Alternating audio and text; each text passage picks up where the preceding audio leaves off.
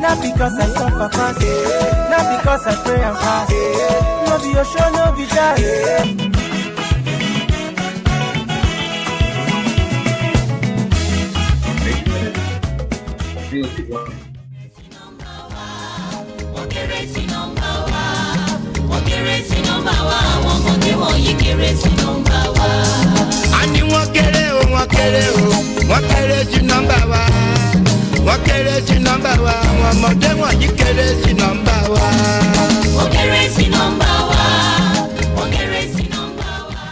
Not because I suffer fast, not because I pray and fast.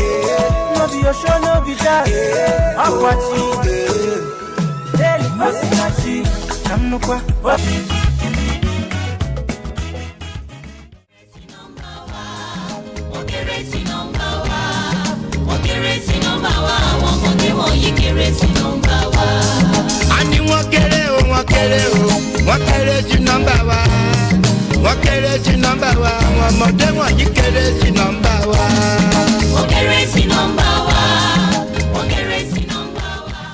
Not because I suffer fast, not because I pray and fast. No be your show, no be that. I'm watching daily, passing I'm no qua, passing one name.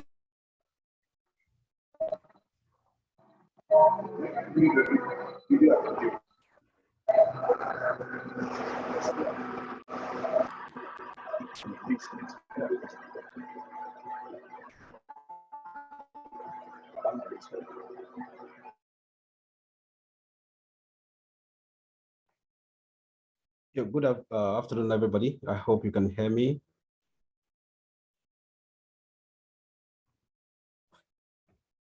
Hello? Hi, I can hear you. Yeah, my name is Oluwashinoyomi Faith Kazim.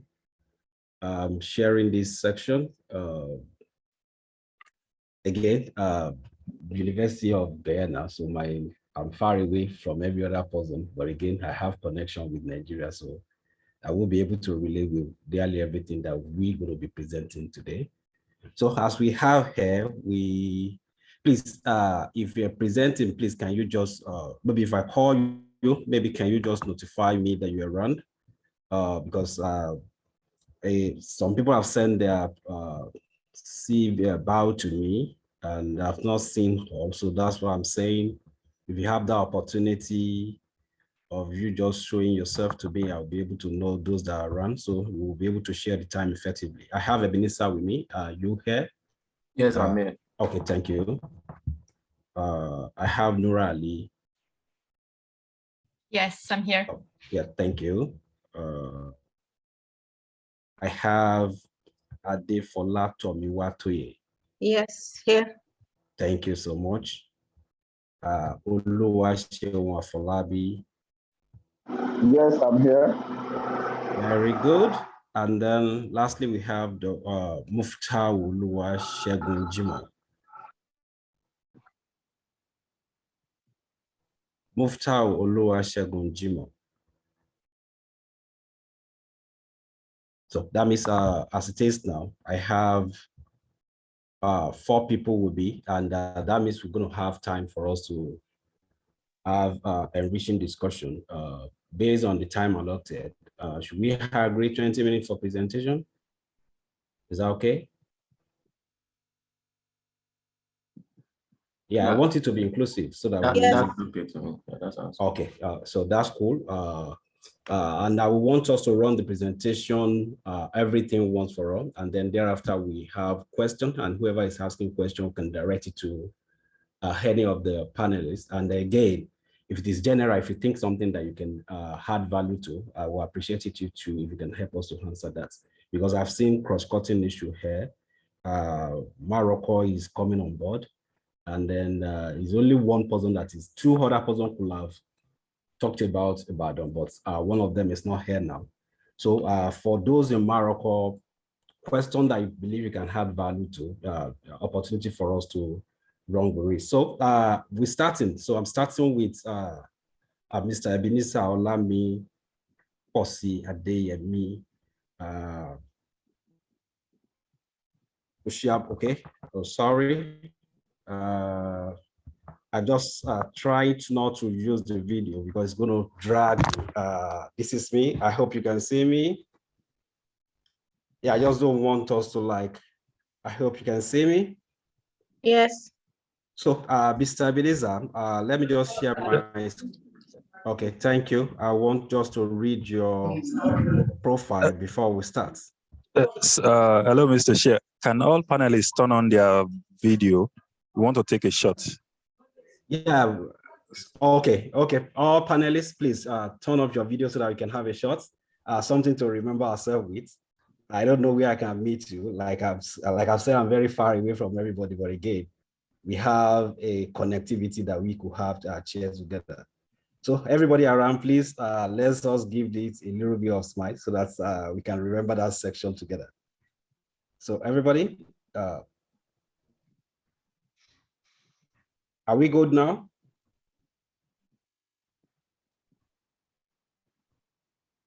Yeah, we're good. We're good. Are we okay? Yeah, we're okay Yeah, now. thank you. Yeah, thank you so much. Okay, thank you.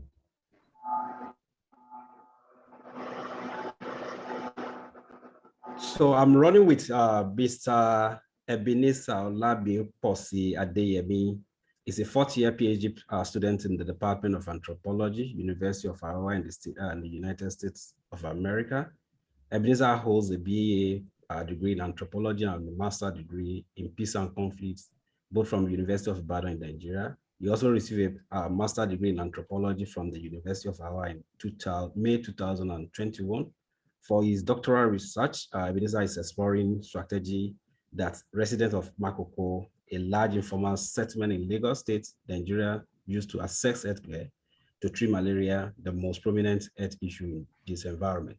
And the title of his presentation is Living in Morocco Makes Us Susceptible to Malaria, Disease Interspecies Entanglement and Survival Strategy in an Aquatic Community.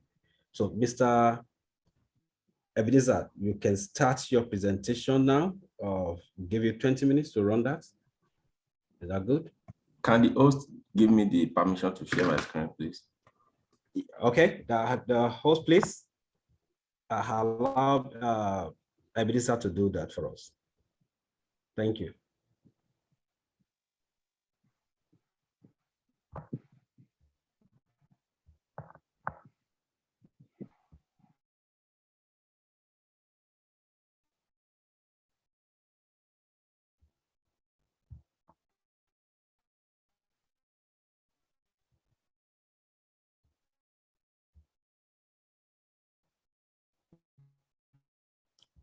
LSA, please, can you allow? Yeah, thank you.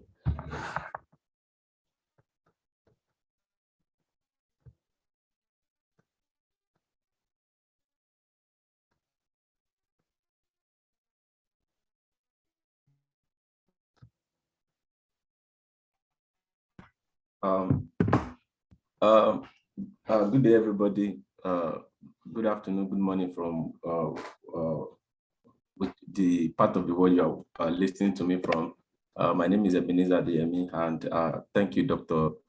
Kazim, for that introduction. So my presentation today is titled "Living in Makoko Makes Us Susceptible to Malaria, Interspecies Entanglement, Disease and Survival Strategies in Makoko in an Aquatic Community."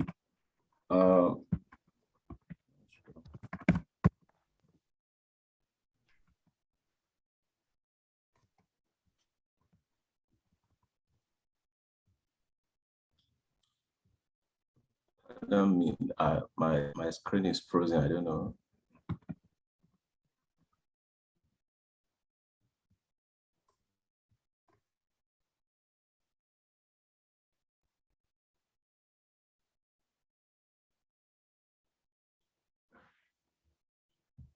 You can shut down and then present it. Maybe you leave the screen now and then maybe come up again. You mean I should? So I'm even trying to press escape to sort of take it out of my screen. It's not just.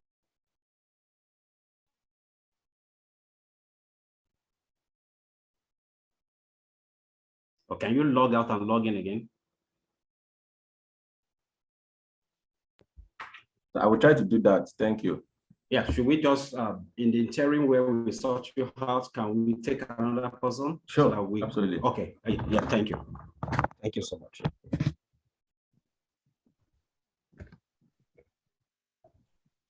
So you can just maybe shut down and then come up again.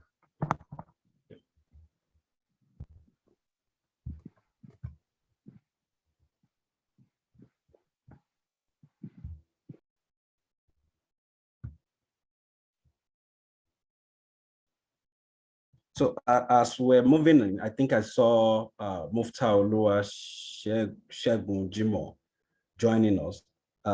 You're welcome, sir. We've done a brief introduction. Maybe when it is your time to present you general to everybody. Thank you for joining us. Thank you. So we'll be having, yeah, thank you. We'll be having Nora Ali, if you're ready. Can we have you next? If you're ready for us. Yeah, I can. Okay. If it works for me, I can try. Yeah, thank you so much. So let me just run through what you have here. Nora Ali does a PhD in development planning at the University College London. Our research looks at the entanglement of health inequality, the social production of space and water politics. Beside her doctoral research on water and health in Makoko, she's also engaged in smaller research, I hope it's not that small, project looking at health access challenges of London's Bolter community. She holds 2 bachelor and 1 master degree in international development, romance philology, and development planning. Nora has worked in project management and development in international NGO, grassroots project, private company, and a government bank. She will be presenting the production of hydro-social relation in Lagos. You're welcome, ma'am. Thank you. Thank you very much, and thank you for organizing this and coming on a Saturday. I appreciate it. So I will try to share my screen. Can you see this? Yeah, I can see it from my own hand. Okay, perfect. So let me see if you can see. Can you see the next slide as well? For my own part, yes. Yes. Okay. Perfect. Let's hope everybody can see it. Yeah. So I'm going to talk about the social production of health in Makoko in Lagos. I'm a PhD student at TCL, and the research is funded by the Wellcome Trust. So a quick overview, I'm going to talk about the post-colonial water health nexus, past and present, according to the conference's theme, and then present some preliminary research outcomes from the pilot month or months, almost 2 months, that I did for my research at the beginning of this year, and then some final remarks. So I'm sure everybody knows how Makoko looks like. I've seen that many people do their case studies there as well, which is good to know. So it's a water community in Lagos. It's around, I mean, the estimations range between 85,000 and 500,000. I've even seen population counts of 1 million, and that's what it looks like from above. I'm not going to talk a lot about Makoko because I assume that many people know the Lagos context, and I want to focus on the social production of health there. So here you can see where Makoko is located. It's opposite the third mainland bridge, which leads to Lagos Island and Victoria Island, which is one of the wealthiest parts in Lagos and Nigeria. And then you have opposite Makoko, where you have crass differences in infrastructure, as you can see from the high-rise buildings, and then the water community. So I'm going to start off with looking at how infrastructural or the spatial relations of infrastructure have changed and what has stayed the same. So in the past and during colonialism, there was a strong urban health regime that had a displacement from the pollutant to the person and the etiology of disease. That means that a sort of dirt narrative was attached to the indigenous body, as Stephanie Newell pointed out. And the etiology of disease at the time was a sort of theory of the miasma, which was prevalent in Victorian England and exported sort of to how houses were built and where people were living in Lagos. The miasma is a sort of belief, or was a scientific belief, that diseases could be transmitted through foul airs or bad smells, and so you had to keep people or groups at a distance that didn't or that were sort of the source of a foul smell, or places at a distance where you had foul smells. So this, together with the scientific racism, very much led to a cordon sanitaire, or the quarter-mile rule in Lagos at the time, which meant that the European quarters had to be a quarter-mile from the indigenous quarters. And this is very much the beginning of the infrastructural segregation of particular groups. So in first rang was sort of European settlements, then were Brazilian settlements, and then settlements from Sierra Leone, and then everybody else needed to be away by a quarter mile, which means the indigenous population that was there before. Yeah, so dirt narrative was attached to the indigenous body, and there was also misinterpretation of prevalent structures, how people built their houses, how they would wash themselves, their health and hygiene practices. And because of a misinterpretation or a non-understanding of these prevalent structures, the city layout, the dwelling, and the hygiene material was completely restructured, as well as the shorelines, to grant access to European export and also extract resources from Lagos. Yeah, so as I've said, the piped water infrastructure can be, or the segregation piped water infrastructure can very much be traced back to a certain colonial health discourse paired with the scientific racism.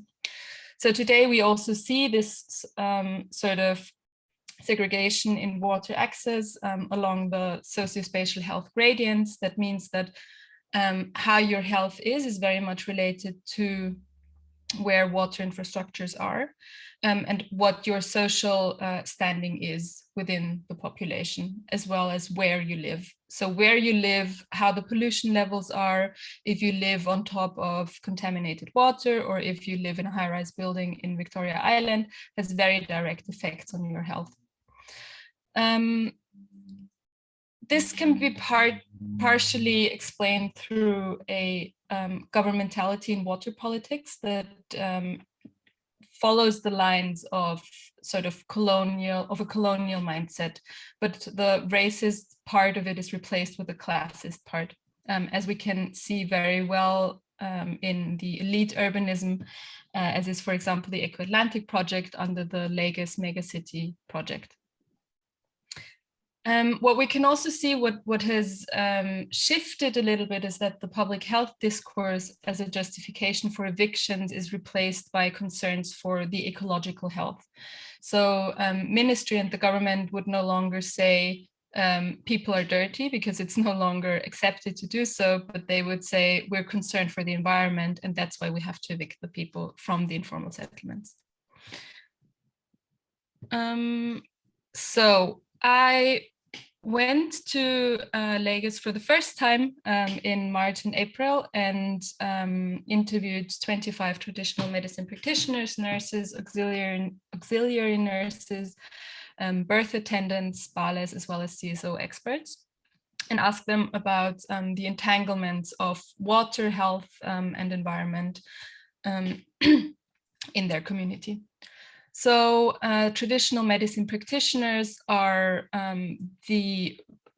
mostly the first people that residents in Makoko would see if they have any health concerns or issues.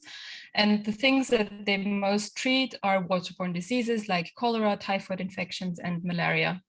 Malaria, as Ebenezer will, I'm sure, later go more in depth into, has a very high prevalence because of the stagnating water and the sort of plastic waste that retains the water and provides a perfect breeding ground for mosquitoes.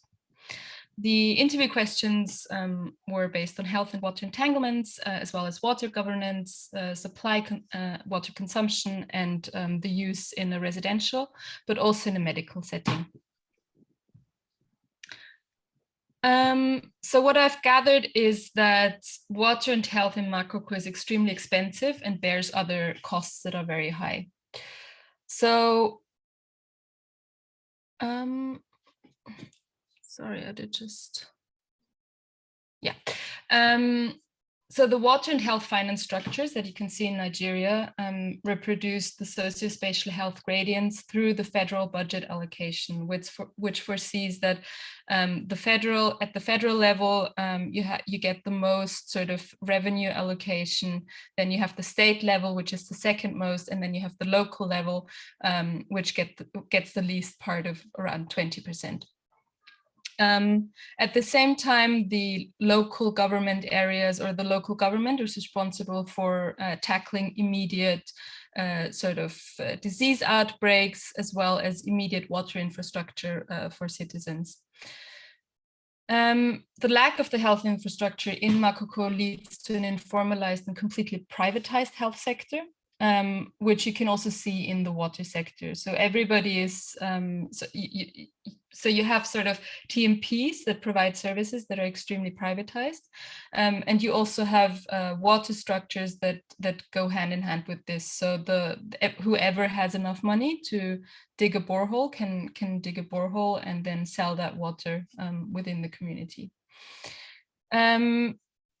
This leads to an unproportionate spending on health services and water supply because it is so individualized, privatized, and informalized. So for a 500 milliliter water bucket from a borehole, you will pay between 50 and 200 naira. For a pure water sachet now, it's 20 naira, and this is 3 to 4 times the price as it was a few years ago. And then bottled water, which is the most expensive, is 100 naira or more.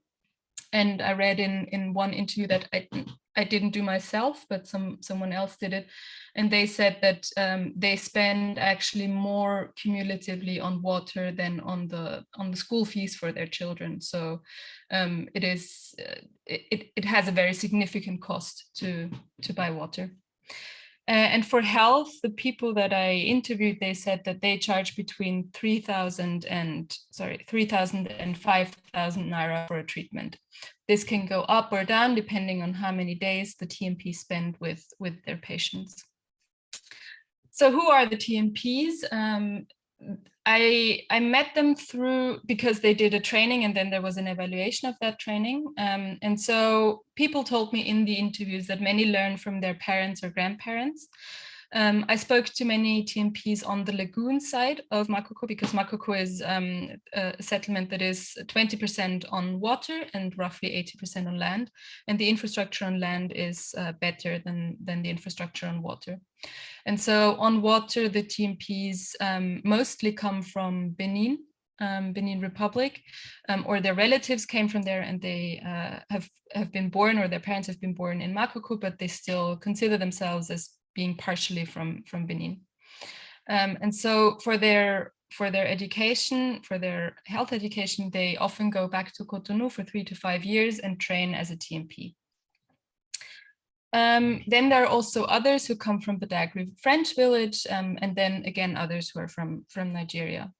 Once they're back in Makoko, they practice either in their own home or the patient's home, where they go to if they're needed. And then sometimes stay there for up to 1 week if it's, for example, a difficult birth, or they have to go for a longer time with the patient. TMPs use a mix between traditional medicine and orthodox medicine. There's a spelling mistake, I'm sorry. And traditional medicine, I found it quite interesting that they also use dogoyaro, which is the neem leaf in Ayurvedic medicine, and has a lot of different very interesting sort of applications, and also got famous because of a court or a lawsuit in international courts between pharmacy, big pharma companies and indigenous rights activists. So the ramifications of recognizing TMP's work. The TMPs are engaging in a sort of community-driven capacity development training from a civil society organization from Europe, as well as a private company with a social mission. And they train the TMPs on child and maternity health, pregnancy-related illness, and a referral system. Then by the end of the training, that takes several months, they will receive a certificate by the government, where the government recognizes their training, which will then help in the interaction, government officials, police, etc. So the TMPs can also refer patients if they feel that they're not equipped to help a patient. They will refer them to the primary healthcare center, also in Makoko, but on land. And if that primary healthcare center is also not equipped, then they can be further referred to another health institution outside. TMP said that this sort of recognition of their work helps them with confidence in their own capacities, but also feel more secure in encountering, for example, public officials or police that come and ask what their services are about, but also whenever patients are don't believe them or are trying to sort of doubt their work and not pay them, then they can show them the certificate and say, look, I'm recognized by the state. TMPs can also work with pharmacies, or they do work with pharmacies whenever they need to prescribe medication for diseases like typhoid fever, malaria, cholera, but also others. And they work with pharmacies who they know. So the pharmacies will not give out medication for transcription of a TMP that they do not know. So it's still an informalized way of sort of working together, but it works whenever you have time to go to a specific pharmacy. They also work with the local government in Yaba to address, for example, disease outbreaks. So while I was there, there was a measles outbreak, which was tackled in collaboration between the local government and the TMPs, as well as the polio vaccination, oral polio vaccination initiative for all the children in the settlement. Yeah, so here are a few interview excerpts, and then I think I will stop to leave some time for the others. Here one TMP says, people appreciate me because if someone comes with an emergency, I will just go there, bring my things, my injections, and give them first aid. It will come before we talk about money. People say I should work in London, not here, because I save lives. I don't even talk about money to save lives. And then they go on, some people, my people, even when you treat them because of the money, they will not pay you. You will be begging them. Where is my money now? You saved their life, oh? After they are okay, they will not give you the money. You will be begging them, please, Ma, where is my money? As if you sell market to them. And so this quote shows the different sides of working as a TMP in a community like Makoko. There's also a picture of a bed where women give birth in a TMP's practice.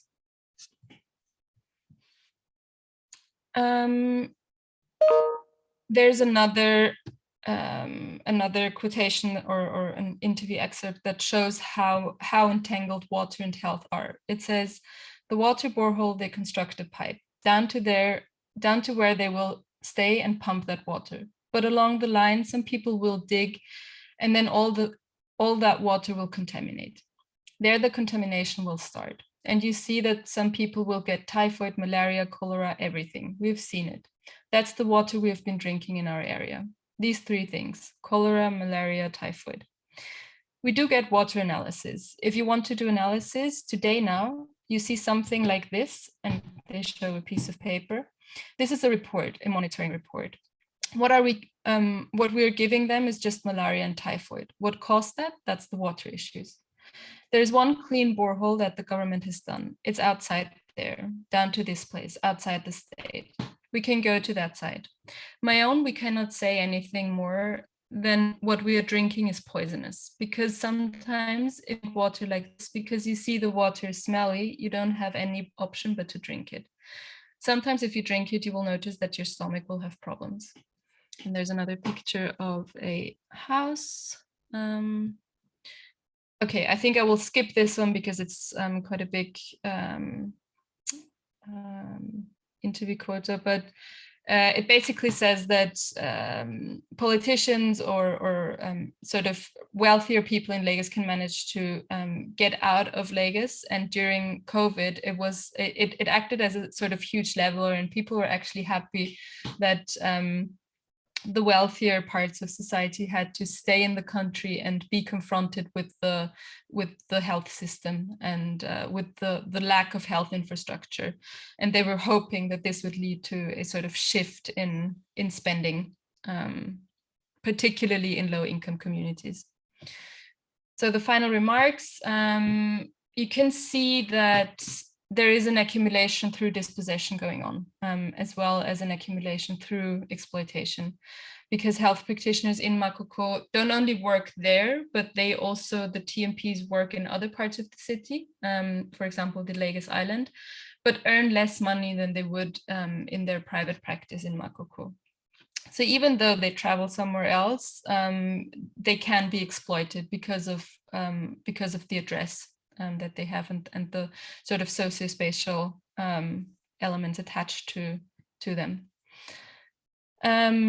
Yeah, so this is an example of a TMP who earned 15,000 naira per month on the island, but now can charge 5,000 naira in Makoko and has up to 3 patients per week. There's a social burden of health. People who do not pay their debts will suffer a damage to their reputation. And sometimes TMPs also said that people would develop a depression because of an accumulation of health costs and because of the knowledge that they can never pay for becoming healthy, because they know they don't have access to the treatments that they would need for certain issues. There's a very real impact of eviction threats. TMP said that there's a high prevalence of depression and anxiety whenever threats are uttered by the government. And they also said that some people even die from these depressions. The socio-spatial health gradients stretch out on an urban scale, but also on a global scale because of what I said before, that people can travel to other places and go to Switzerland or the UK to get better health services and sort of don't have to confront the health system in their own city. So the causes, concluding the causes of health or ill health, as well as the social determinants of health in Makoko, are very much entangled and deeply rooted in post-colonial water infrastructures. So the causes that we find in, for example, London or a European city are very much different because of the sort of historical legacy that is different in each setting. So the policy recommendations within the social determinants of health, they cannot apply in the same sense to any context. And then you also have the profit-oriented drinking water market that contributes heavily to environmental ill health because of environmental degradation and contamination of the groundwater. And thank you very much. That's the literature. And that's it from me. Sorry if I took too long. Thank you so much. You took additional 2 minutes. Okay, maybe we'll be trying to find a way of equalizing, a way of economizing the whole issue for everybody. So thank you for that presentation. Maybe just a brief summary of what she has presented. And like we've already made that agreement that the question will come after all the presentations so that we can have them together. And I think we can save time through that process.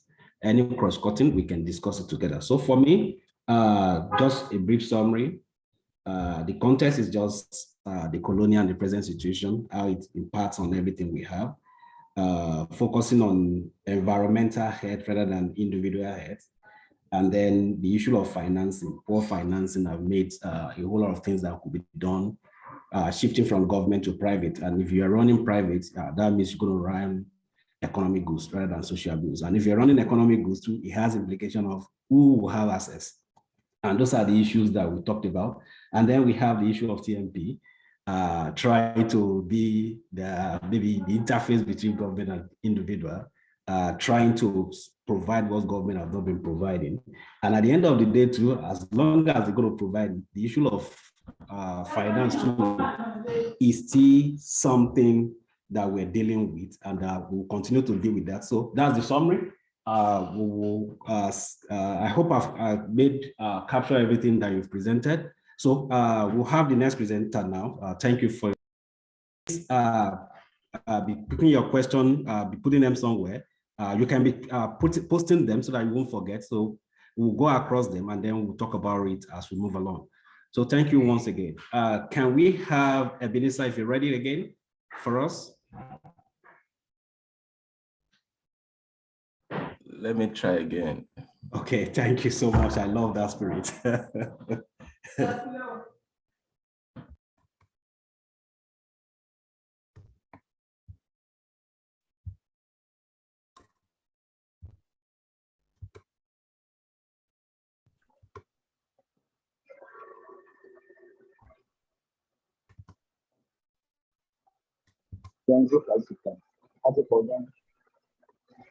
Okay, so I think it works now.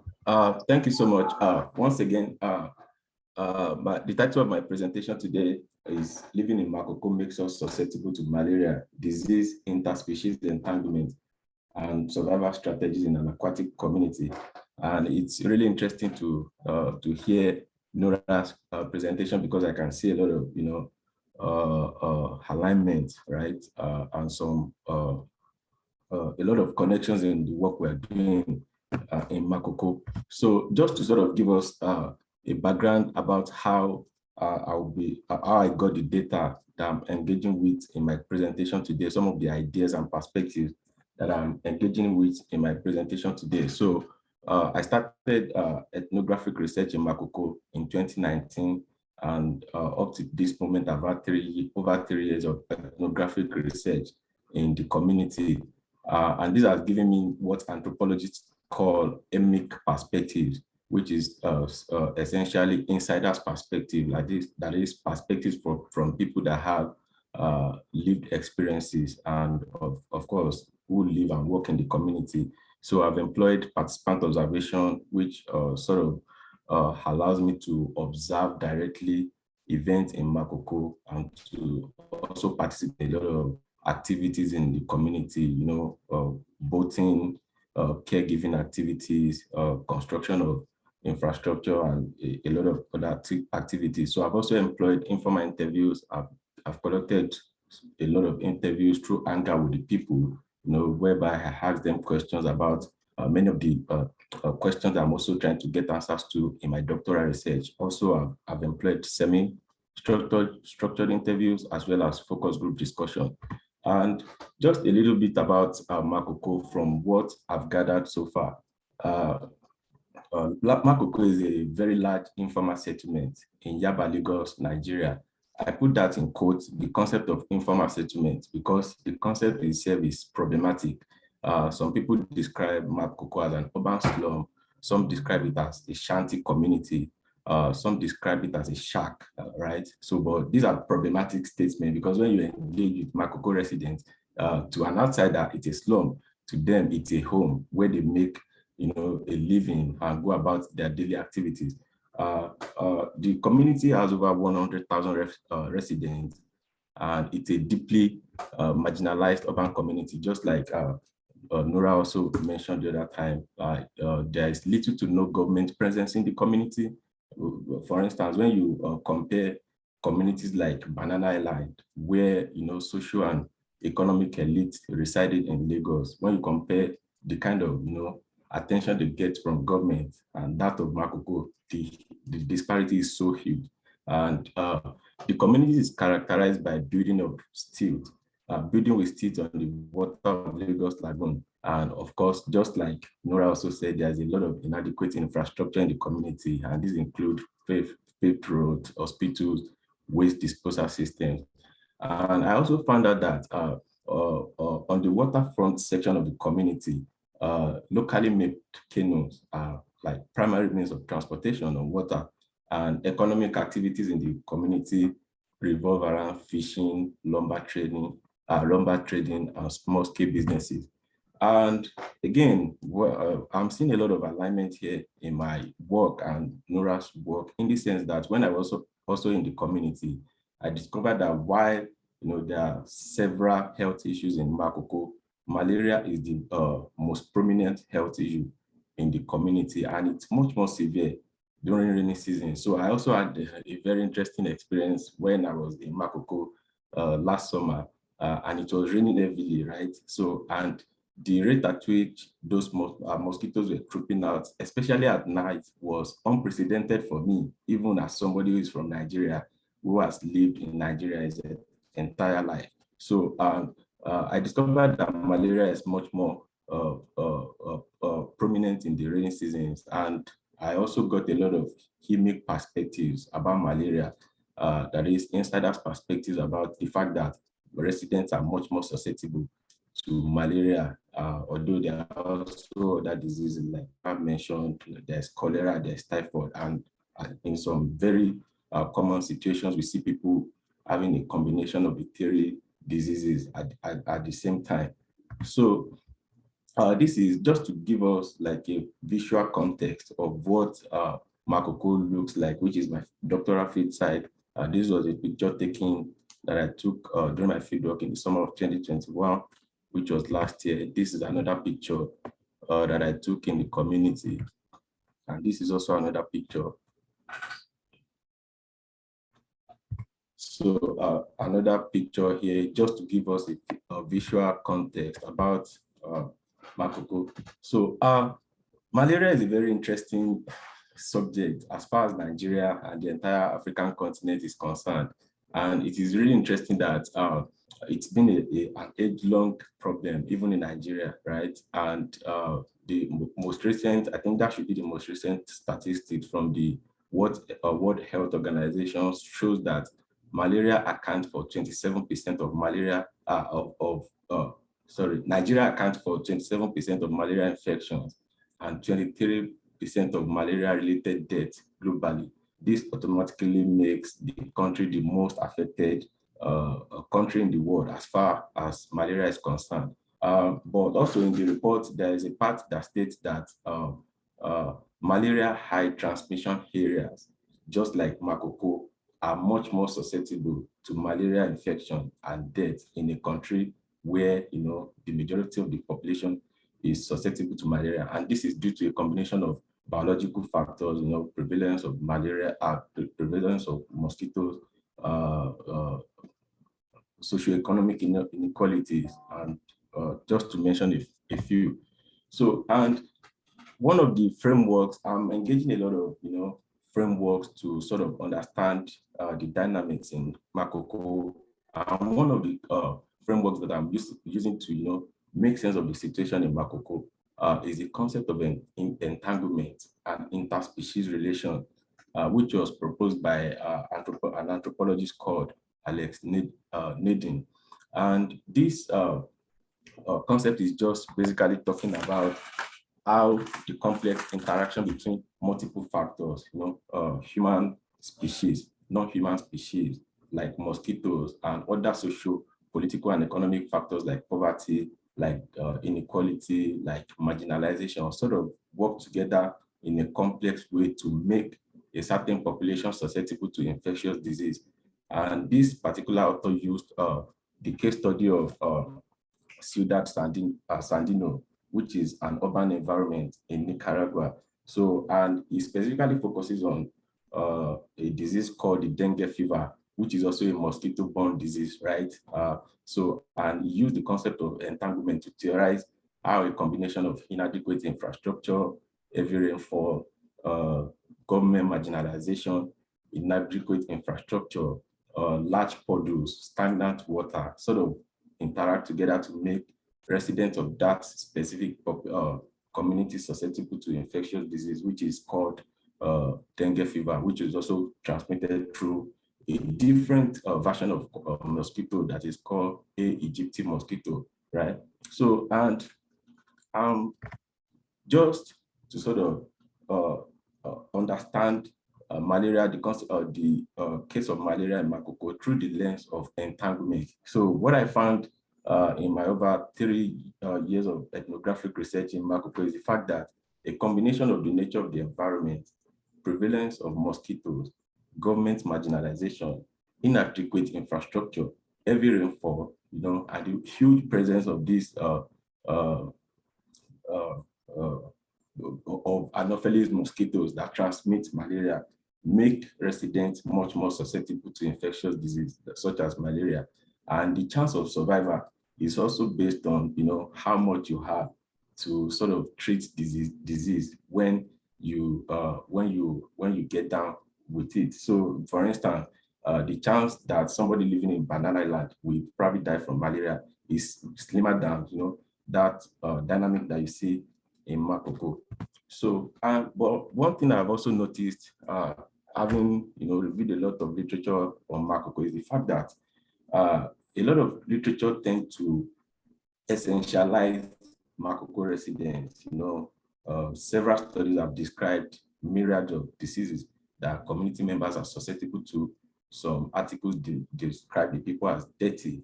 Some describe them as, they describe Makoko as a site of social depreciation. People sort of just essentialize members of the community. But what I'm trying to do in my own work is to say, hey, I've been in this community for over 3 years. What I see going on there does not depict in any way, hopelessness or helplessness, as a lot of scholars have made the community look. So, and just to sort of counter, the concept of entanglement, I found the concept of the people's science that was sort of proposed by another anthropologist called Richards in his work in 2016. And he uses this concept of people's science to mean under theorized strategies that marginalized peoples use to manage community problems, especially disease. And this concept of people's science also encompasses, local epidemiology, like how are people theorizing disease situations in their community. And Richard's case study was the Ebola epidemic that struck in Sierra Leone, Liberia, and Guinea. And one of these arguments is that we should pay attention, when we hear about Ebola, for instance, in many of those countries, we hear about how the Gates Foundation donated so amount of billions, how the World Health Organization, went there. But what Richard is arguing in this particular work is the fact that long before international assistance came, community members that were mostly affected by this disease devised several strategies, including creating hydration techniques, local hydration techniques in a situation whereby the biomedical hydration techniques were not available. People created makeshift, PPA to protect themselves long before international assistance came. But we don't get to hear about many of these things that the people do. So, and I found this really generative in sort of making sense of a lot of creative activities that I see going on in Makoko. And the focus of my work basically is on agency.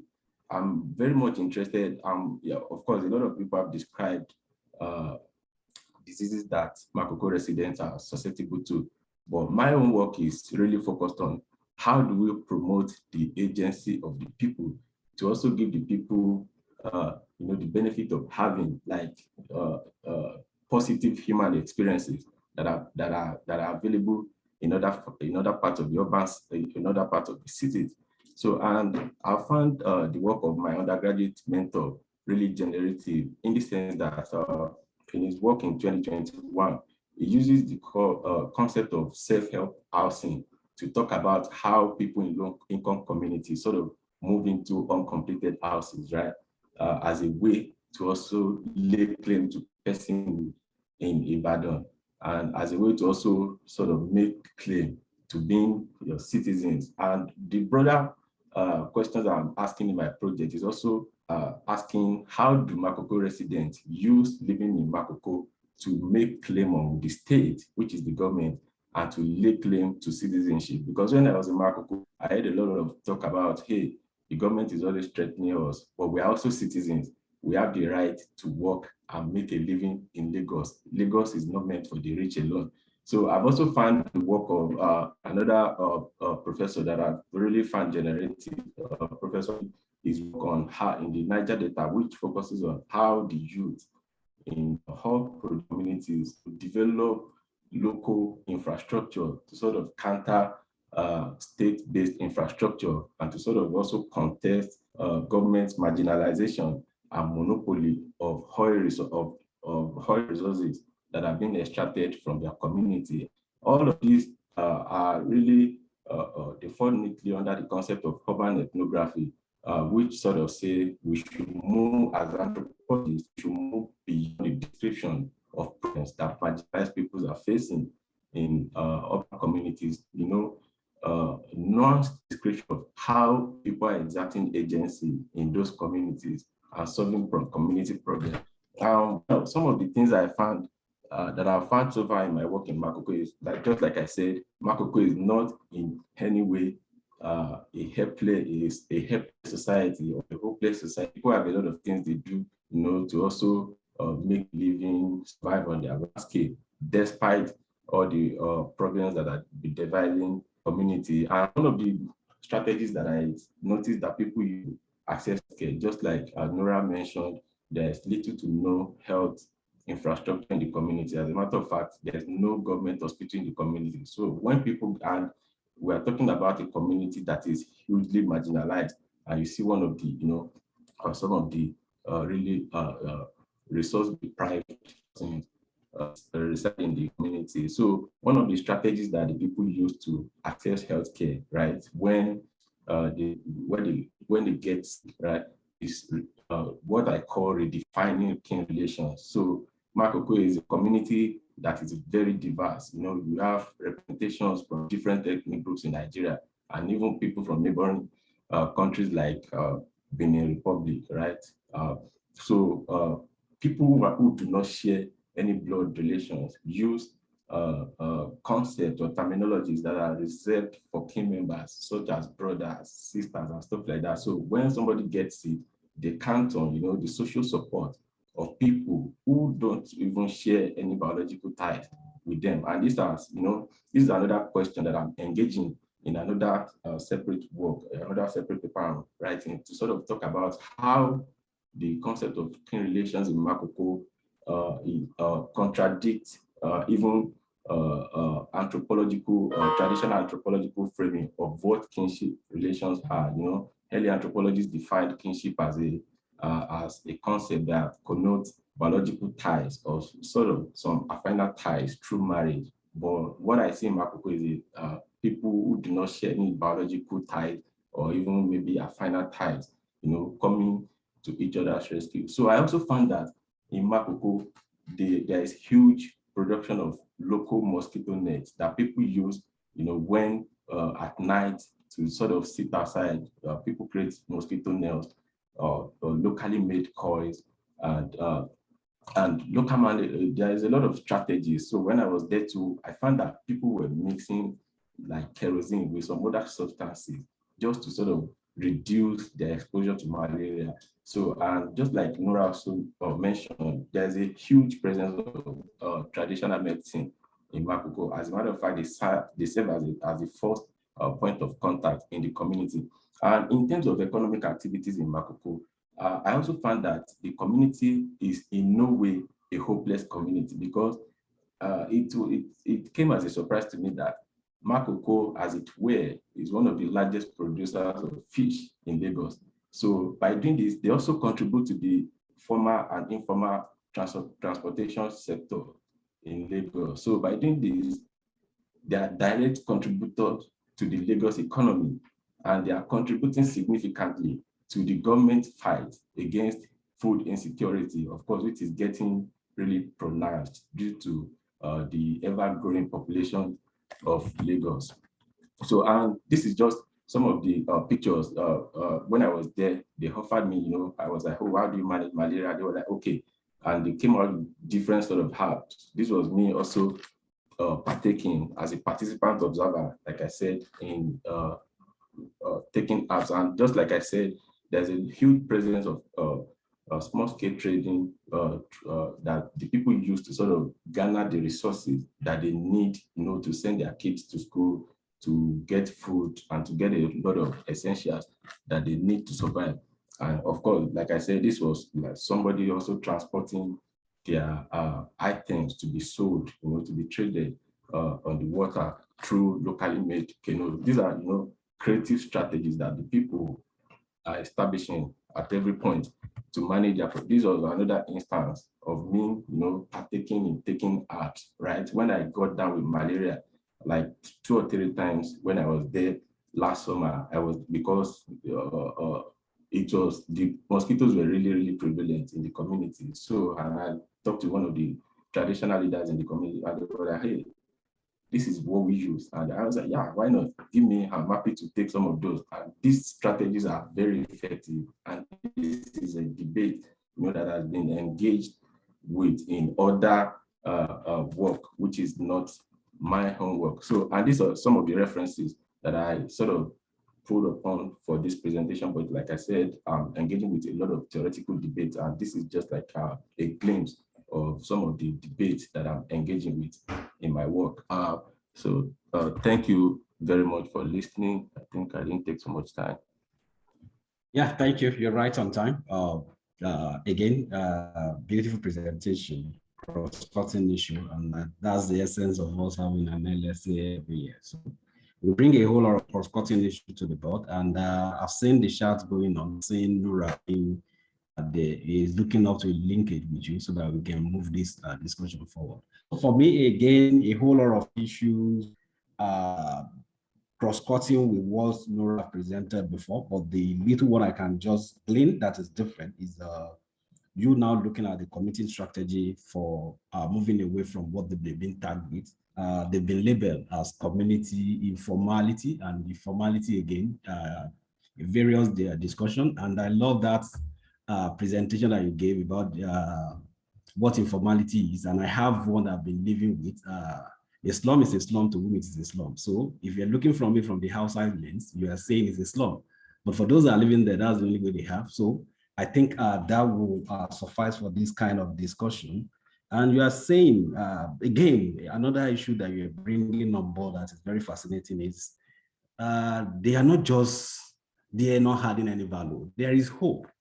And on this hope, I want to, like, as minute as it can be, please let us tie our whole argument to it. They've been surviving, and what have they been using to survive? Again, we need to discuss that. We need to look into that. And I love that area of you saying they are contributing to transportation. It may not be physical. It may not be direct. But again, you moving whatever you have from one environment to another environment, you are enriching somebody that's engaging in that process of transportation. And then food security, a whole issue that we need to talk about. How that food security can be sustained by us having the fish quantum that they are bringing onto the board. We should look at that. And lastly, the strategy for survival, the kinship, outside the normal kinship that we're all used to, that is a family arrangement. We're looking at the externality of the family arrangement now, having that influence of the kinship in making things happen within a given society. So, and I think I've already tried to summarize what you presented. Thank you once again for that beautiful presentation, and let us keep the discussion going. So we'll have the next person on board now. If you're ready, let me call on Ade Folatomiwa Toye. Are you ready for us? Yeah, yes, I am. Yeah, thank you so much. So Ade Folatomiwa Toye is a PhD student at the University of Liverpool's School of Architecture. Our research focuses on tropical modernist architecture of Nigerian First University. She completed a master's in environmental design at the University of Lagos, where her dissertation explored the built environment of Makoko, Lagos for climate change adaptation. Ade Fola is a recipient of the 2020 A3 ACNEC Prize for writing on African architectures, and a 2021 Student Diversity Fellow of the Society of Architectural Historian. So she will be presenting on climate change adaptation through architecture, Makoko in perspective. So thank you for that. You are welcome now to your presentation. Thank you. Thank you very much. I'm happy to be presenting on this panel, and I'm looking forward to discussions afterwards. So my topic is on climate change adaptation through architecture, looking at Makoko as a case study. So rising sea levels, a result of climate change and global warming, is projected to worsen in the coming decades. And this is concerning, as more than half of the world's population live in low-lying areas and are at risk of flooding, coastal retreat, and devastating effects on lives, livelihood, and properties. Coastal cities are especially at risk as they are densely populated and opt for critical social and economic activities. Those in the global south, despite their lower contributions to global greenhouse gas emissions, are increasingly vulnerable because of the high urbanization rates, limited adaptive capacity, and dependence on climate and sensitive resources. The built environment has contributed significantly to global warming through its large-scale energy consumption and CO2 emissions. And the focal point of inquiry for dealing with climate change across most disciplines are mitigation, adaptation, and a combination of both. So in architecture and built environment, mitigation involves ways that we can reduce energy consumption and CO2 emissions in buildings, and they include net zero energy buildings, the use of building materials with lower embodied energy, and alternative energy sources. On the other hand, adaptation tries to address, it focuses on adjusting the built environment to cope with the existing impact of climate change. And the ways these have been conceived in relation to flooding and rising sea levels are to defend, to keep the water out, or to retreat, to move to a higher, drier ground, and finally to adapt, to seek solutions to living with water. Lagos is a coastal city and it's also vulnerable to the impact of climate change. It is the country's most populous city and the center for commercial center of Nigeria. It's predicted to experience a 50-meter coastal line retreat in the next 50 years, and we can already see the effect of flooding every rainy season since like the past 5 or 6 years. Makoko is an informal community built on the Lagos Lagoon, and anyone who lives in Lagos is familiar with the view from the third mainland bridge of beauties on stilts and children and adults on steering canoes. And just like other informal settlements, private settlements in Lagos, growth has been a result or a product of increase in population and housing demands and the urban sprawl that follows. Makoko was selected for my study because it is an example of an existing built environment on water. So if we want to try, if we're attempting to devise ways in which Lagos can adapt to rising sea level, Makoko is an important point of reference. So the research aimed to explore the way Makoko has adapted to building and living on the lagoon, and includes the design and construction methods used, the limitation and challenges faces, and possible design solutions. So architecture is a concept that describes architecture associated with water, architecture located close to water or on the water or infuses water in its design. And it was first coined in 1980s by Anthony Wilson, and this line of inquiry has been investigated since then. So the methods used in conducting the study included literature review, case studies of existing floating settlements around the world, and fieldwork in Makoko, which included strong qualitative interviews with residents and built environment practitioners and observation. So the case selected their vulnerability of the location, build technology used, and the historical precedent. So then afterwards, I tried to classify the buildings themselves based on their relationship with water. So that included elevated stationary structures, floating structures that use a floating mechanism, and other newer buildings which have like an amphibious design that have a foundation on the ground during normal weather conditions, but it floods, that's for the building to rise with the water level in the event of a flood. So then I looked at the design and the layout of these case studies, the floating techniques used, the building materials they used, and how they're transported to the site, and services such as water supply, waste management, and electricity, how they were provided in the project. So an initial literature review of Makoko was conducted before the fieldwork to provide information on the history, demography, and housing condition in the area. I also identified like previous architectural initiative, the Makoko Floating School, which was designed by Inle architects. So looking at the building process and the collapse of the building was one of the questions I intended to raise on the field. The fieldwork was conducted majorly in 2 locations in Makoko. One was at Apollo, which had part of it was on land, and another part of the area was located on the water. And Okwagbon, on the other hand, was completely located on the lagoon.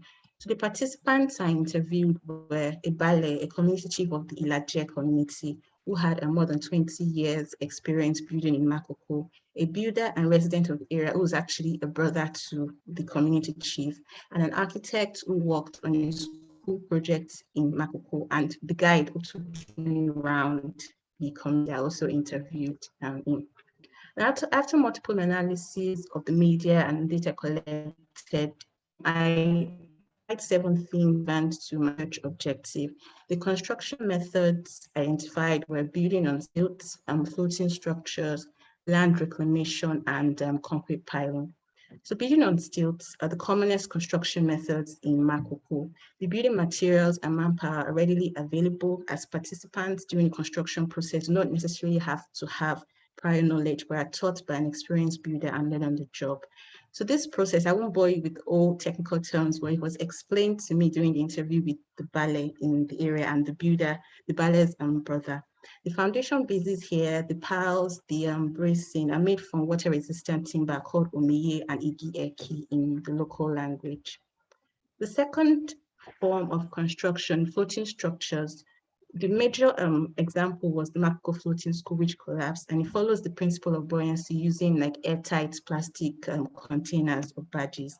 I did not encounter any other building with this construction method during my study.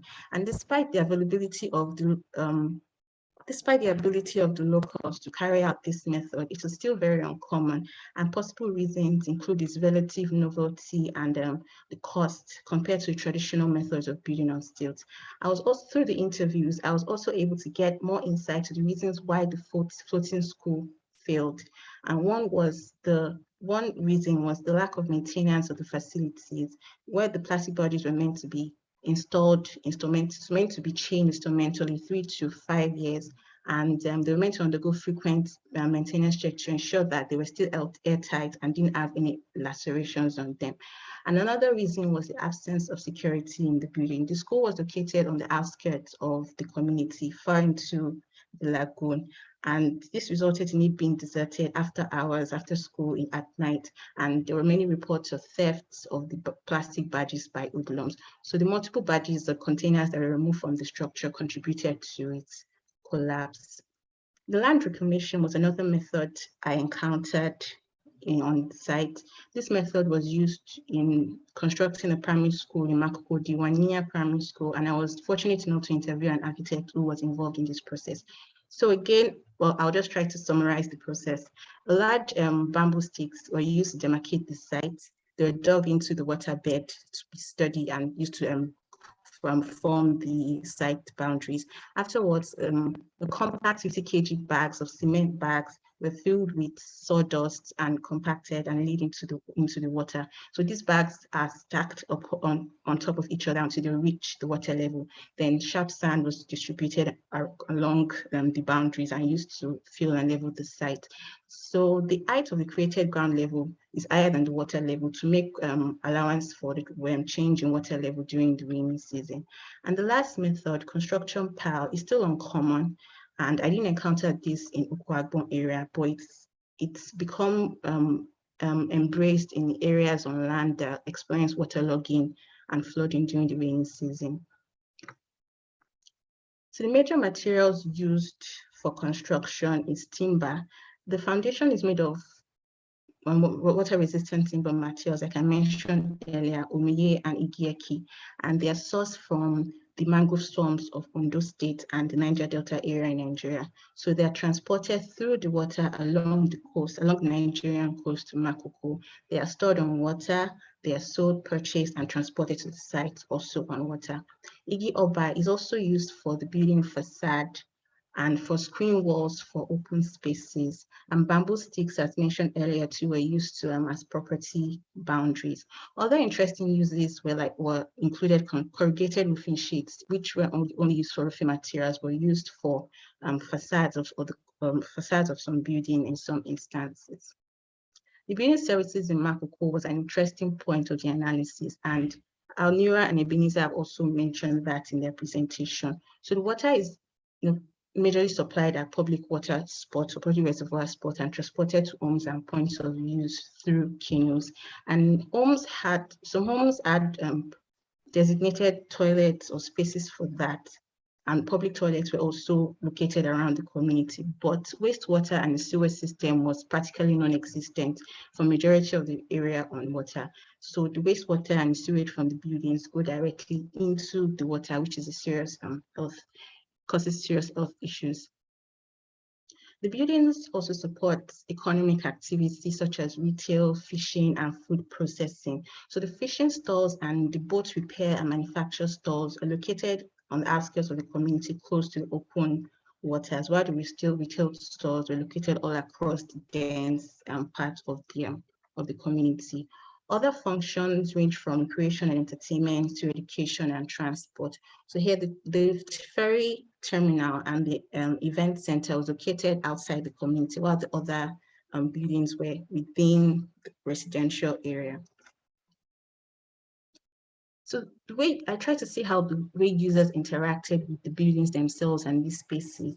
So outdoor spaces on porches, on balconies, even on the water, on volcanoes themselves were utilized for social commerce, for commerce, for social activities, for commerce and domestic purposes. So again, canals serve not only the mobility function here, but also a commercial purpose. So the journey through Okwagbon, through Makoko, showed a lively landscape with people that interacted with the indoors of their building, with the outdoors and the water. It was actually a very lively setting. So challenges I was able to identify was the absence of clean water supply and waste management system, which is a challenge faced by the community. The dumping of waste directly into the water poses a great public health crisis, as mentioned by Nura and Ebenezer, especially in rainy seasons where water level rises and they come in contact with residents and the predominance of mosquitoes. Then adjoining areas on land also face challenges of waterlogging and flooding, especially during the rainy seasons. And reclaimed land and buildings on stilts may still be affected if water levels continue to rise. So my research was part of a master's degree dissertation that required design proposal informed by my research. So a hybrid of an elevated structure and floating principle was devised. So in order to compensate for the reduced structural stability as seen in a Makoko floating school, I tried to incorporate a boundary piles that was able to support the building so that it allowed the building to float and rise with the water, rise and fall with the water level, but it will still maintain its position on the ground and won't move horizontally. So a completely or self-sustaining floating community was proposed with amenities and typologies included in the designs, and streets that also served as an alternative form of mobility and served as a way to connect building services around the proposed site. So electric cables and water supply pipes and waste sewage system could also be used to be transported through the streets. A neighborhood design was also proposed in order to maintain that communal experience as observed in my field work. And other public spaces were also designed, event centers, healthcare center, and a marketplace for the community. This was quite an ambitious proposal, but it helped to explore possible solutions and proposals for the future of Lagos, where some areas were partially or completely submerged by water, and explored an hybrid of existing methods and newer methods for building on water. This included newer building materials and their uses like concrete EPS used as form of floating based on water, and timber and steel composite components, which could increase the structural stability or strength of materials. So in conclusion, the methods of construction were identified on site on stilts, floating structure, land reclamation, and concrete piling. Reclaimed land and building on stilts may not be able to withstand the challenges future climate scenarios may bring, and a new approach on hybrid approach based on existing construction methods can be used to create a continued resilience for Makoko and other affected areas in Lagos in the nearest future. And also as a recommendation, possible architectural design solutions could consider the use of sustainable building materials to reduce the dependence on the mangrove forest resources, reduce dependence on timber, and also incorporate local knowledge and expertise in construction to provide a more sustainable means by which they can build for themselves or continue to build resilience in Makoko. Thank you. Yeah, thank you so much for that beautiful presentation. And again, adding connection to what we have, we've already looking at the social dimension. Now we're looking at the beauty environment dimension. And if you look at the interspace between the two, the issue that we're talking about is this environment is not sustainable. And the only way we can bring it to sustainability is we build right. And I love that neighborhood concept that you introduced to it. And then the hybrid method of building, which again will save us some resources from depleting our rainforest in lieu of what we can do now, maybe use new technology to make the environment better. So thank you once again. The connection continues, but now we are constrained with time, and I don't know what we need to do about that. We've made pronouncement before the fifth person join us. Can we have the next presentation for the next 15 minutes? Can you do that for us? Or 10 minutes if you can do that for us? We'll appreciate it. So the next presenter on board that I have now is Oluwaseun Afolabi. He was a PhD in Peace and Conflict Study. I hope you're ready for us, sir. Hello. Yeah, are you ready for us? Yes. Okay. I'm ready. Actually, we are two. Yeah, I've seen that too. I've seen that. Maybe your presentation, you can just help me maybe present just a brief bio on the second person. So Oluwaseun Afolabi holds a PhD. Yes, I'm listening, sir. You can continue, sir. Yeah. No, Holds a PhD. Okay. Yeah, in Peace and Conflict, University of Ibadan. He's a lecturer in Lee City University, Ibadan. His current research interests include religions, church history, conflict, teacher education, and peace studies. Please, if you have the time, you can help me. Whoever that is presenting can, if you are the one I've presented, you can help me present for the other. Just a brief bio about the person. I know it's from Kwata Sulu Nata University. That's the best I can glean from the person. So thank you, your time. You have the floor now, sir. All right. Thank you, Mr. I thought that the child loves. Yeah, we can barely hear you, sir. Are you hearing me? Yeah, it's better now. Thank you. Okay. I said I thought we'll be the first to present, but I found out that the child loved the Makoko research. But no problem. The topic of our research, of our proposal, is who owns the city, shopping and inequality in 21st century. I will just give a brief introduction and my colleague, author, I'm just the co-author.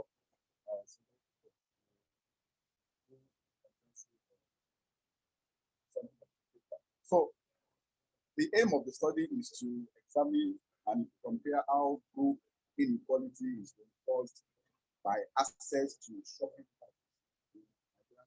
particularly in the 21st century. So the studies on the subject of group inequality in Nigeria are focused on leadership, with others primarily on racial. Yes, sorry, sir. Maybe for me, I can barely hear you. It's really breaking, sir. Hello, I think I'm hearing you clearly. Yeah, for me, are you hearing me now? Are you hearing me now? Yeah, it's better now, sir. Thank you. All right. So studies on the subject of inequality in Nigeria are focused on colonial shopping, with others primarily on racial and class discrimination, with more attention to the class segregation in the contemporary time. So while this bill is undisputably important, it dedicates to insignificance, the challenged claims to the ownership and entitlement of to shopping spaces in Ibadan, right? All groups and classes. So therefore, this proposal seeks to examine how shopping in places of one's choice gives a sense of ownership or a sense of belonging, or trying to help the communities world in the city. So historically, we examine the history of colonial shopping centers, such as Kingsway, and we'll try to compare it with the 21st century shopping mall, shop line. So the paper will look at how urban dwellers feel entitled to the use of these shops, and in that sense becomes urban citizens participating in public or elitist life. So we'll be investigating both the material and the emotional dimensions of their participate in urban life, with varieties of emotions and how they are constantly produced or reproduced and manifested. So this study attempts to more nuanced understanding of urban inequalities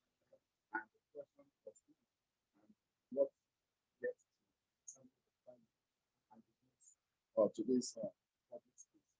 So I will hand over to my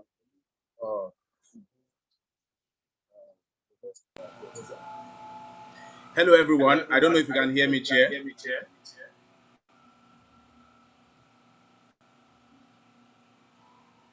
Loud and clear. Thank you.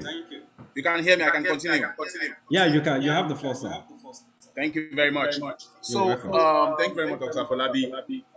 So, like he said, we're looking at inequality and access to public spaces. So, just to add to what he said, we're looking at spaces of grocery shopping principally.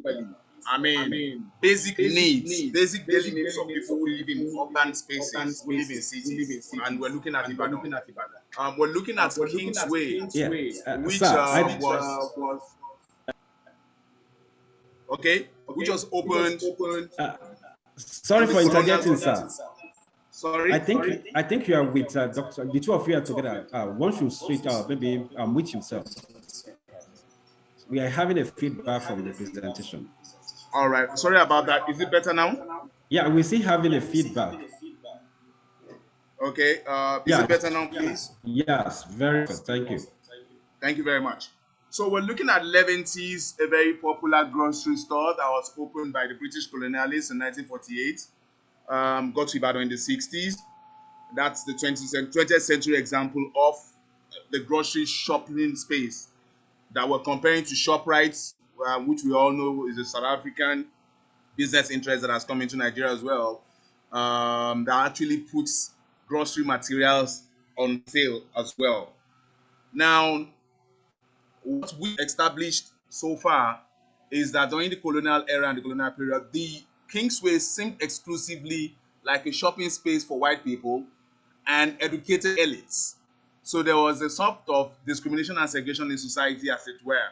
But if we look at ShopRite in contemporary times, 21st century, ShopRite actually opened in 2014.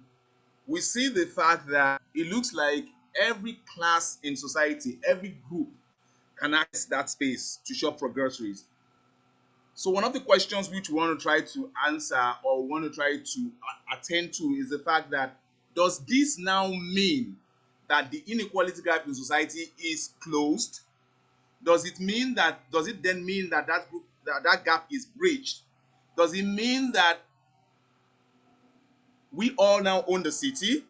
Okay. Does this foreclose the fact that even in the process of shopping and being in that same space together, trying to access our basic daily needs, does it mean that we're now the same, or that the class segregation has been erased or has gone off because of all this, because of these realities and these varying differences? I'd like to mention this as well, that in the days of Kingsway, there was so much segregation to the point where even those who were who loitered around that shopping space were chased away. If you look at ShopRite these days, everybody literally loiters around. I mean, even people who are begging, people who are hawkers who don't even own a shop in those spaces actually hawk other items in and around there.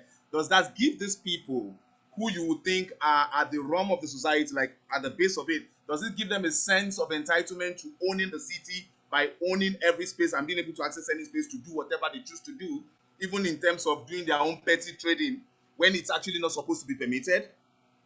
Okay, so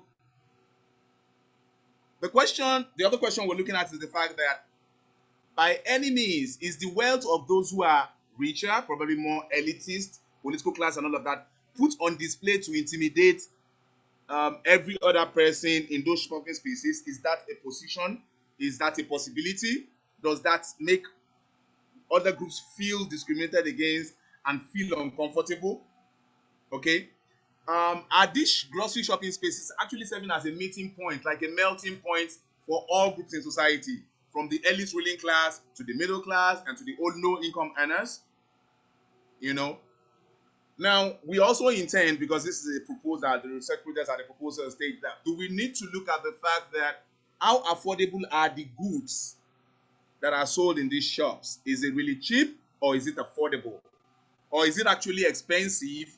And because people want to have a sense of belonging, they choose to go and shop there, not because it is necessarily more affordable for them, but because they want to belong, in quotes, they want to belong to the society. They want to show that we own all the spaces together. Is that why people go there?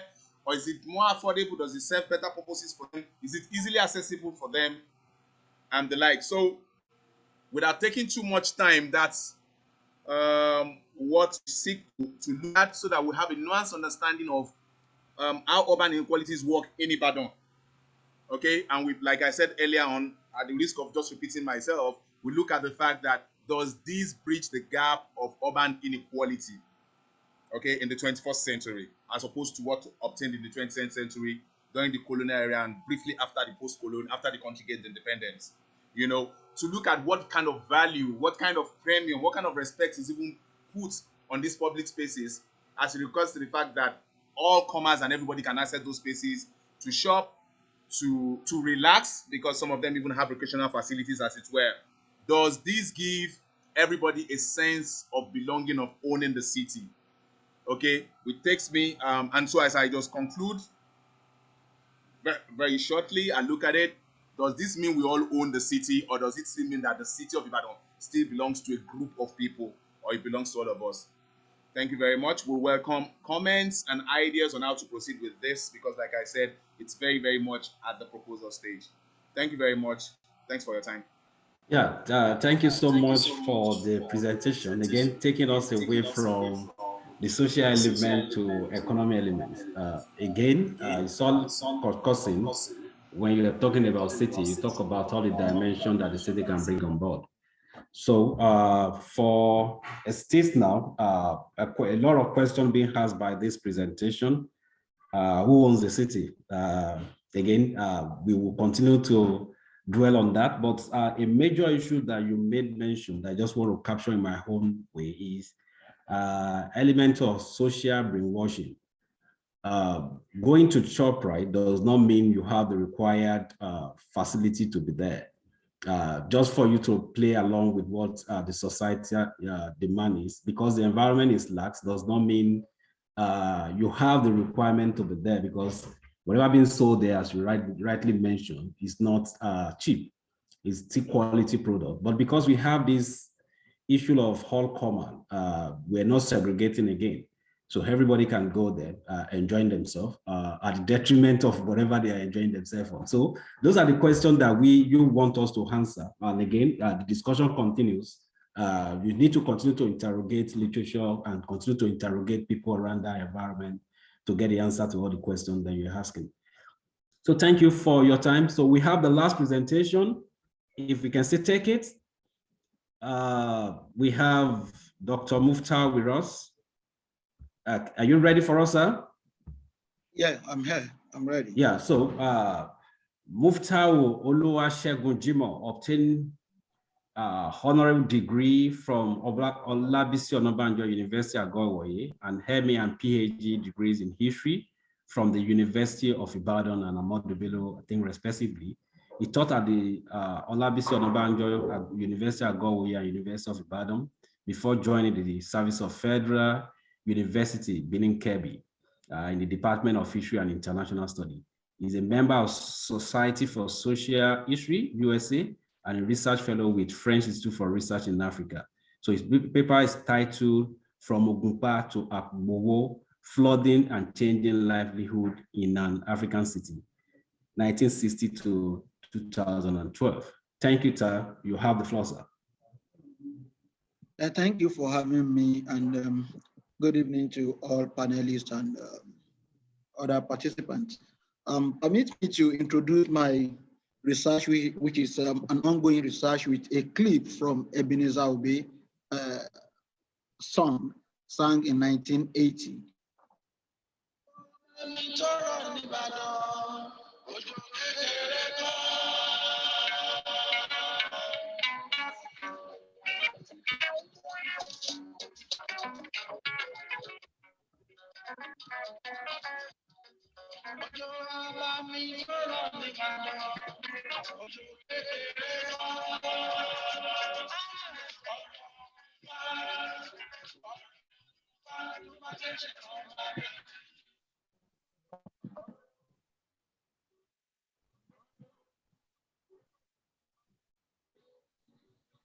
Okay, that is a minister of the aftermath of 1980 flood disaster in Ibadan.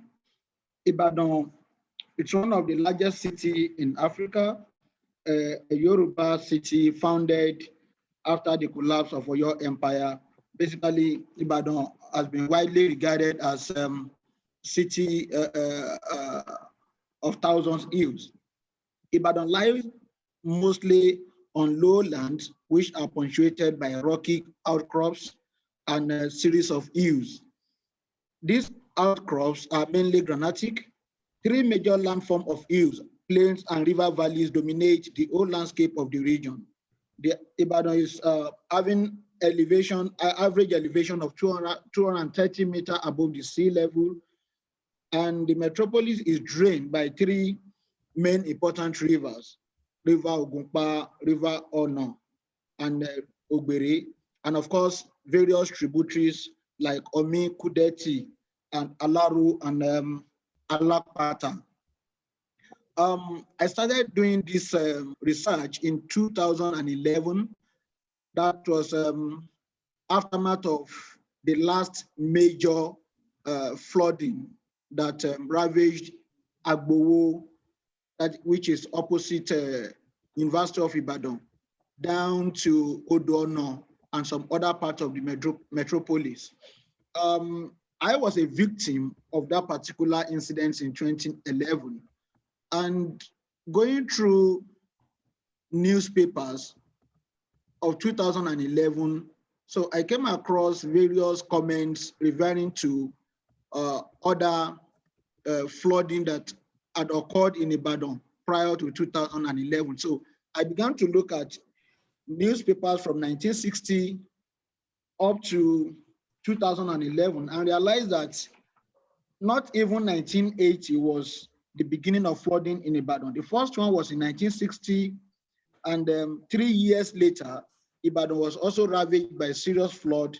That was 1963. By 1978, Ibadan also witnessed, another flooding.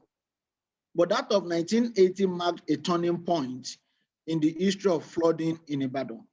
By 1980, the Ogunpa disaster actually elicited a lot of reactions from government, both the federal and state government, in spite of their political differences, because the magnitude of human casualty and the destruction of properties actually called to question the whole history of urban planning in Ibadan. So going through newspaper reports, and I realized that Ibadan suffered series of flooding, and of course, up to this present moment, hardly you have any serious rainfall that there will not be any part of that, some part of Ibadan will not be flooded. So what I realize is that we have two major problems confronting Ibadan as a city. Flooding in Ibadan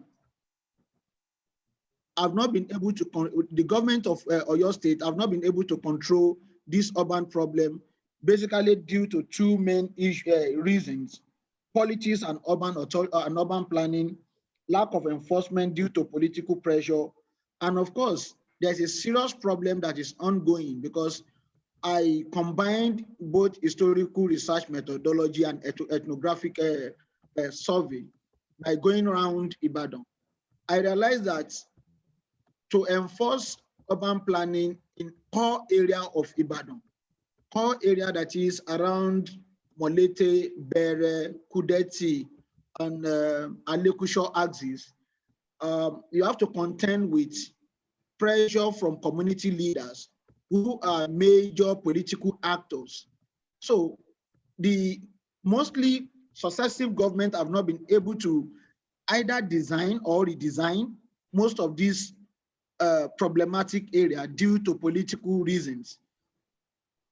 I'll give you an example of a particular case. I got the case file from Oyo State Ministry of Environment. When during Adedibu, era in Ibadan politics, there's a particular building that was built on a drainage around Omi Adio axis. And the Oyo State Ministry of Environment moved into the area to pull it down, but the man was one of the allies of Adedibu. So because of his political connection, I mean, government, had to, pull back from, pulling down the building. But few days later, there was serious, rain that at the end of the day, the building collapsed and about 3 or 4 people actually died, in that particular incident.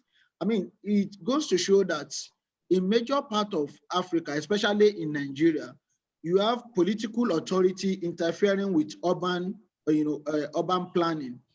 In most cities in Nigeria and Ibadan in particular, we have series of urban planning regulations that governments put in place to check, excessive flooding, to check a kind of to curtail unregulated urban development.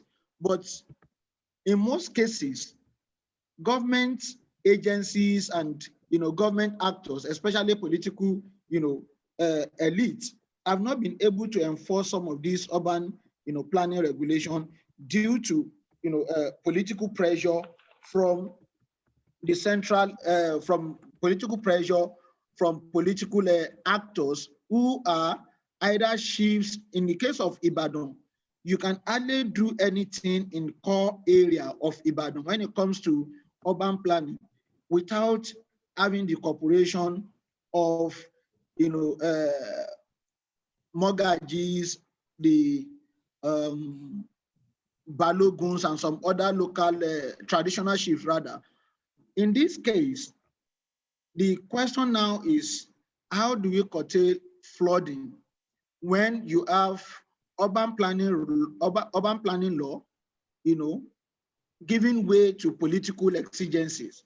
So what I'm trying to do with this paper is to trace the history of flooding in Ibadan, but the main focus is to see how people react to various government interventions that directly threatened their livelihood That is first. Secondly, how do people also react when government moves in as a result of flooding to either pull down their buildings or to relocate them? So I'm looking at people's reaction. At the center of my research is to look at ordinary people's reactions to urban planning and, of course, urban regulation. Thank you. Yeah, thank you so much, Dr. Musbah, for that brief one, because time has been a major issue that we're contending with.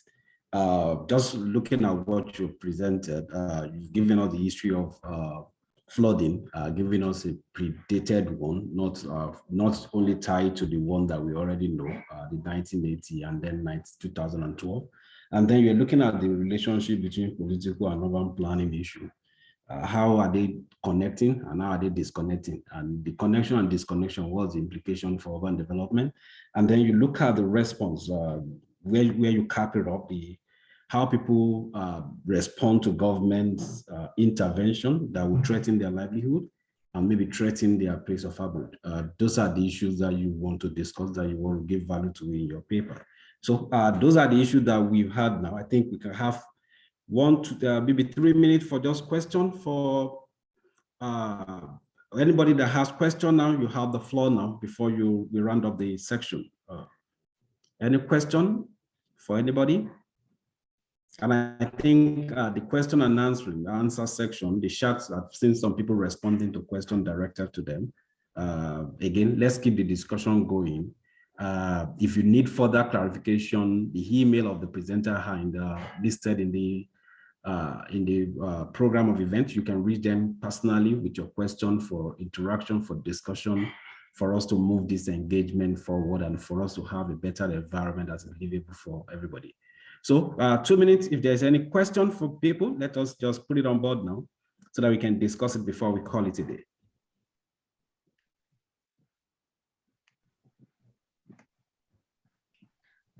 I think participants can't speak. I think they can only use the chat to post questions, right? Okay, okay, yeah, thank you. All right. So,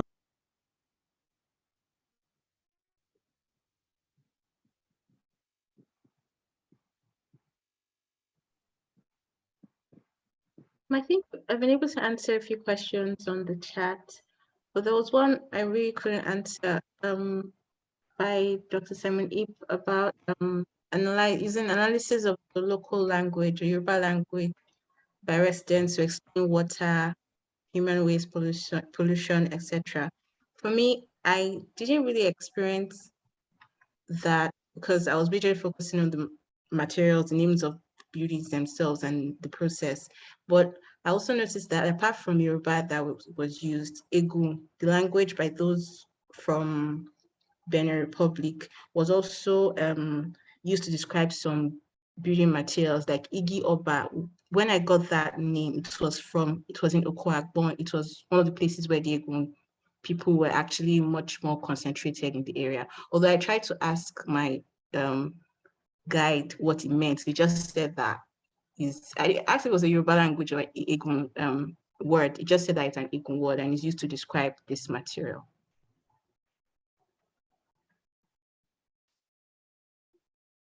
I was thinking about that because I don't speak Yoruba or Egun, and most people that I interviewed spoke Egun on the lagoon side, and on the land side Yoruba.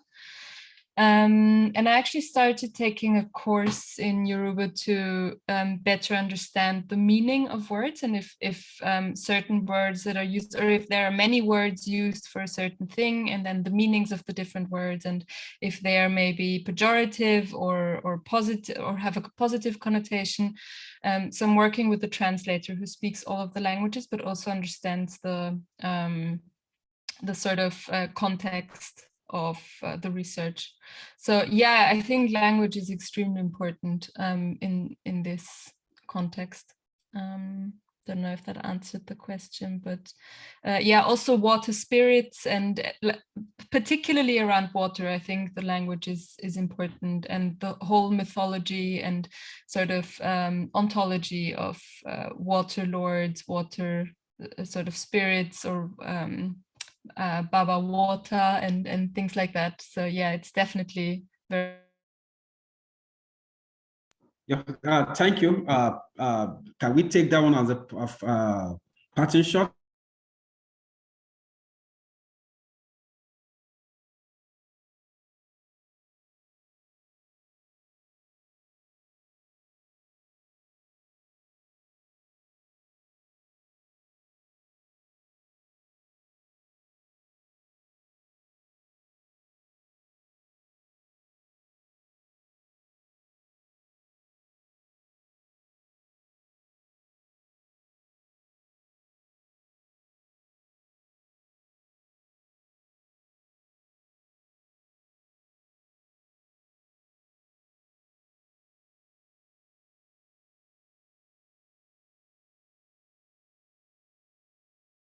So LSA, thank you. Thank you again for allowing me to share. This has been enriching. Appreciate it. Bye for now. Thank you too. Yeah.